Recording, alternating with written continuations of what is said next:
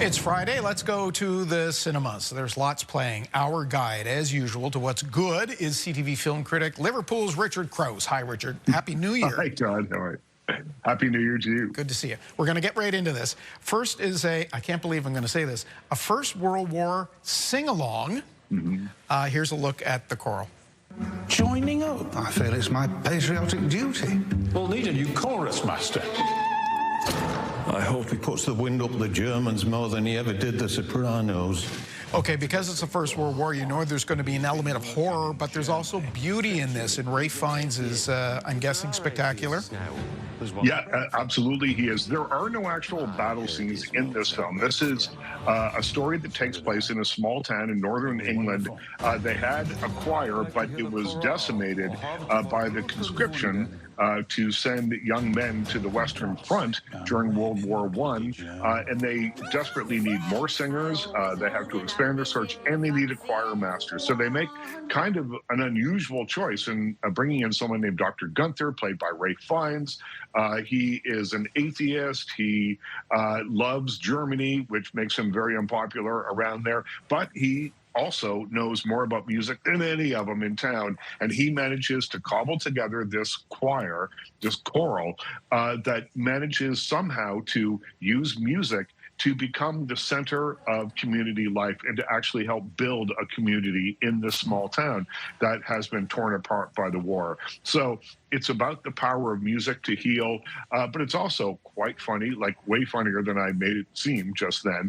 And Ralph Fiennes is the key element here. He is at the heart of every scene. He is the glue that holds this thing together. So it's called The Choral. I gave it 3 out of 5 stars, and it's in theaters right now. Okay, and lots of familiar faces, English actors. Why do you think it is that British filmmakers keep returning to the theme of the First World War?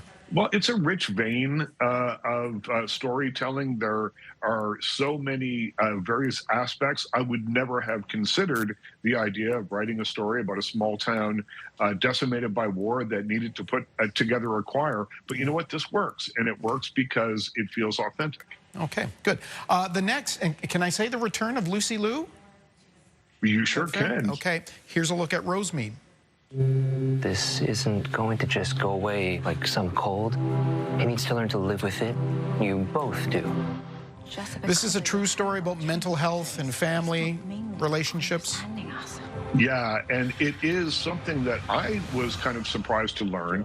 It's Lucy Liu's first lead in a straight drama film. We've seen her in Charlie's Angels movies and Kill Bill and things like that, but we've never seen her quite like this before. She plays a Chinese immigrant, a single mom, terminally ill, trying to raise her son, who was an A student and then is diagnosed with schizophrenia, and she tries her best to figure out how to navigate his world and her world simultaneously. I will tell you nothing more about this. It is based on a true story, and you may find yourself wanting to look up that story. Don't.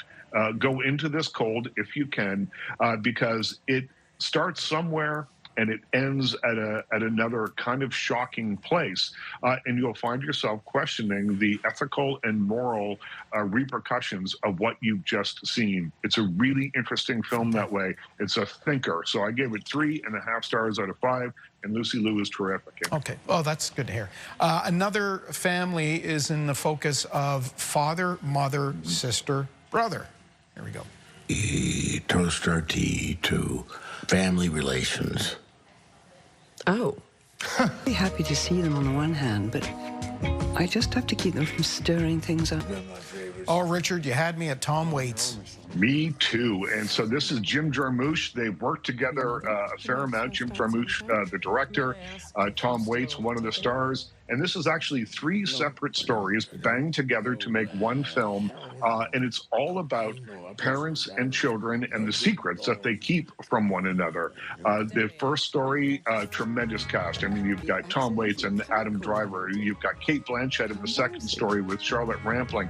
You've got an all-star great cast here that ties all 3 of these stories together, even though they have nothing to do with one another other than the central theme of the sort of unknowability of your relatives. And it's funny, it's smart. It's kind of what I call a hangout movie, because there is no huge conflict and there's no big fireworks moment. There are emotional fireworks, and so I gave it 3 stars out of 5, called Father, Mother, Sister, Brother, in theaters right now. Does that work, having the 3 different storylines? Because oftentimes movies are like that are clunky and they don't... It does, and Jim Jarmusch has made a few of these. He's made Mystery Train and a number of others that have these disparate stories that he brings together, and he knows how to do it. Okay. Look, we got a minute or so, but I think we should talk about the sensation that is the TV series Heated Rivalry. We know it was written by a Nova Scotian. We like to celebrate that.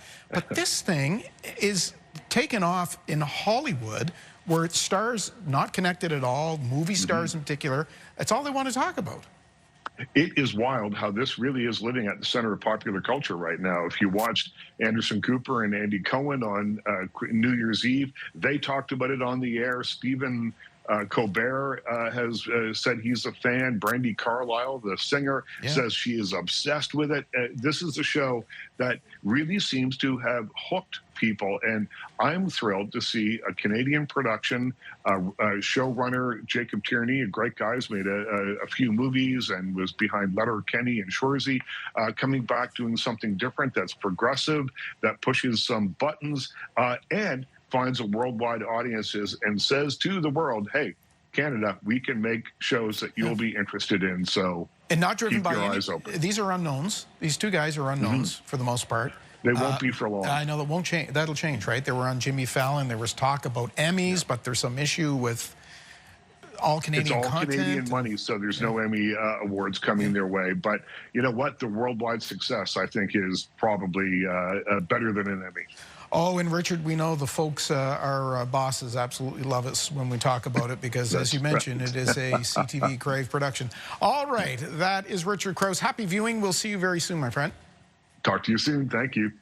Time for a break. We'll be back in 2 minutes.